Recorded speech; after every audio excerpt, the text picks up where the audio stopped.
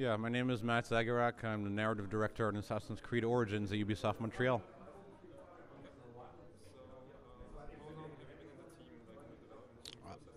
Yeah, so I myself have been on this game for 3 years. I've been at Ubisoft total 10 years.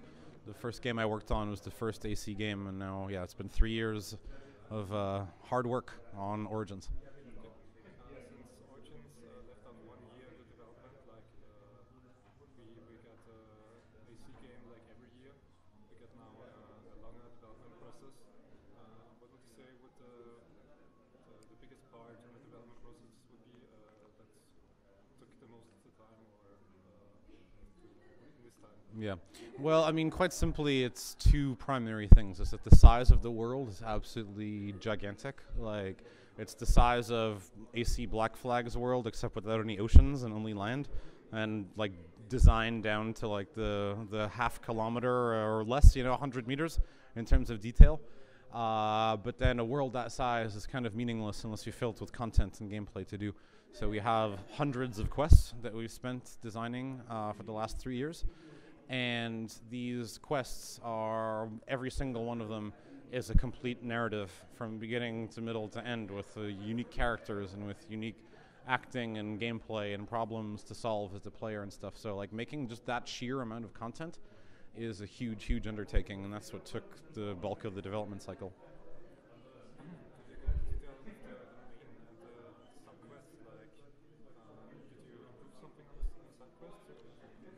Well, I mean, the side quest that we have in Origins is kind of unlike any side content that we have ever really had before in the AC brand. So, I mean, before you used to have main missions and you had a lot of world activities, and occasionally you had side missions, but the bulk of the game was main story with huge missions, side world activities, open world activities, collectibles, races, this kind of stuff.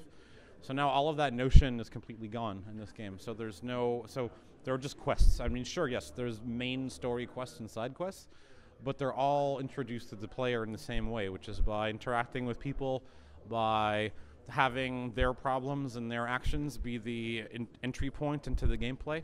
So there's no more like just sheer activities in the classic sense in AC Origins. Everything, all of the gameplay goes through quests and narrative.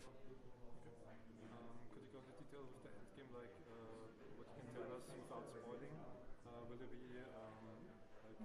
special armor or special abilities for the end game to keep the player going? So there's definitely a big focus that we made in terms of, because this game has a sort of like an RPG-esque system in terms of its loot and its weapon design and the kind of loadouts that you can make and the different builds that you can make. And so also the challenge now in terms of gameplay and combat has been increased in a large way also. Well, not necessarily it's more difficult, but that there's more complexity and more to do in terms of systems with combat.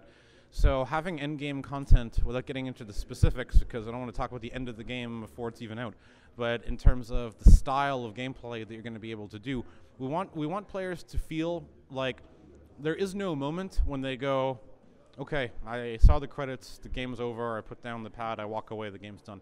We want to be able to have it be a toy that the mechanics themselves can kind of keep you coming back to, and have challenges that are going to bring you beyond necessarily where you would end if you only followed and only did the main quest in terms of leveling and in terms of gameplay challenge. Could you go into detail with the action RPG part of the new game? Like, what makes the biggest difference to the last AC game? So I think the most immediate difference that you'll feel when you play the game this time is the combat has been completely revamped. Before, you used to have an animation-based combat system where it would basically be paired animations that were being triggered next to each other, whereas now we've moved to a hitbox-based combat system. So the combat is a lot more dynamic and is a lot more responsive in terms of the sensations and the control pad when you play. There's also been a lot more focus put onto ranged combat in this, because the scale of the game is huge. You're on horseback a lot of the time. You're on boats, etc. The distances involved kind of encouraged bringing in some ranged gameplay into the system and have that be robust and not just kind of a side feature to swinging a sword, but really an intrinsic part of how the combat was designed. So I think these are the most noticeable things in terms of changes, like in just the sheer gameplay mechanics when you pick up the controller for the first time. Maybe the whole motivation of the player, like when you do side quests, the achievements you get. I saw some rare items or ultra rare items. How are they trying to build that system? So when we design side content, one of the things that we try to avoid is to have the feeling of, okay, I'm doing a side mission, nothing good is going to happen in this, you know? Or it's like, oh, I should just concentrate on the main quest because that's where all the good stuff is. We have purposefully tried to avoid that philosophy where when doing side quests, sometimes a simple story seems simple and it ends up and it is simple. Other times, a very simple introduction leads to a very complex set of things that can happen and can lead to finding really, really rare or like crazy secret tombs or crazy legendary equipment that you wouldn't have had access to otherwise. So we don't want there to be this notion of if I do side content, I'm only kind of getting side benefits, you know? We want there to be the feeling of anytime I engage with any quest, I'm not going to be able to predict what's going to happen, and that the outcomes could be benign and simple, or it could be extreme and, you know, very powerful.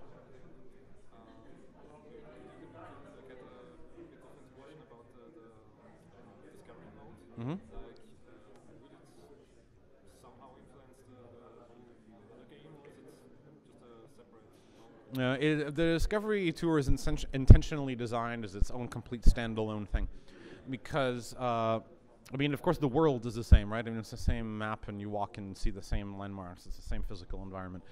But one of the whole reasons for having the Discovery Tour was that we wanted to provide a means for a wide audience to be able to explore the historical aspect of Egypt and of the franchise without necessarily having to be expert players or without having to have the investment in time in the story and in progression and in leveling up and being good at fighting.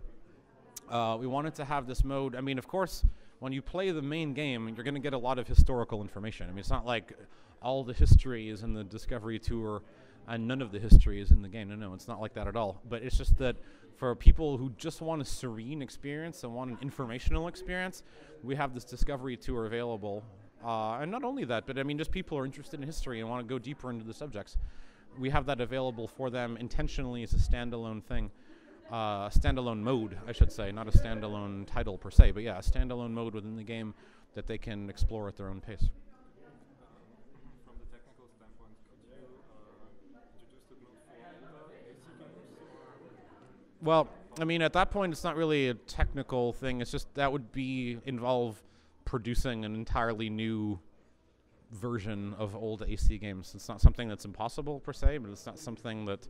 I mean, right now we haven't even released the Discovery Tour for Origins, so hopefully that'll get a good response. Hopefully that'll be successful and people will like it.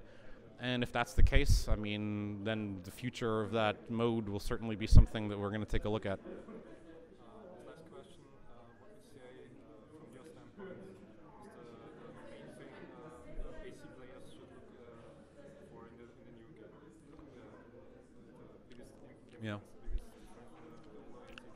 I think it really depends on what kind of player there are, because there's a lot of different types of AC players. There's those who never really do any missions and just run around the world and like to climb up tall things and jump off of tall stuff.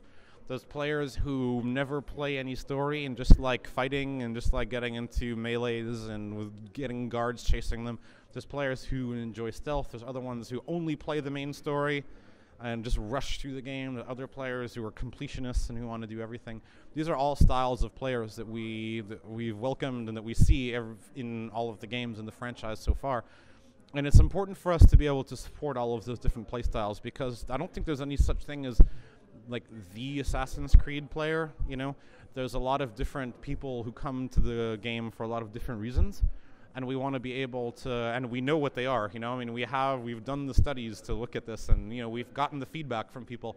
So it's not like we're not making this up. We know the information, and so we want to be able to support all of those different things for the different people. So I mean, it really depends on what kind of player you are. I mean, I work in the story of the game, right? So I like stories in games. It's just a thing that I do. So I'm most excited personally about the really the openness and the freedom of the quest system in terms of being able to use human stories as kind of the window into this world. But then someone else is going to say, well, my favorite thing was being able to pull off expert headshots using a sniper bow, you know, and like it's different for everyone, you know.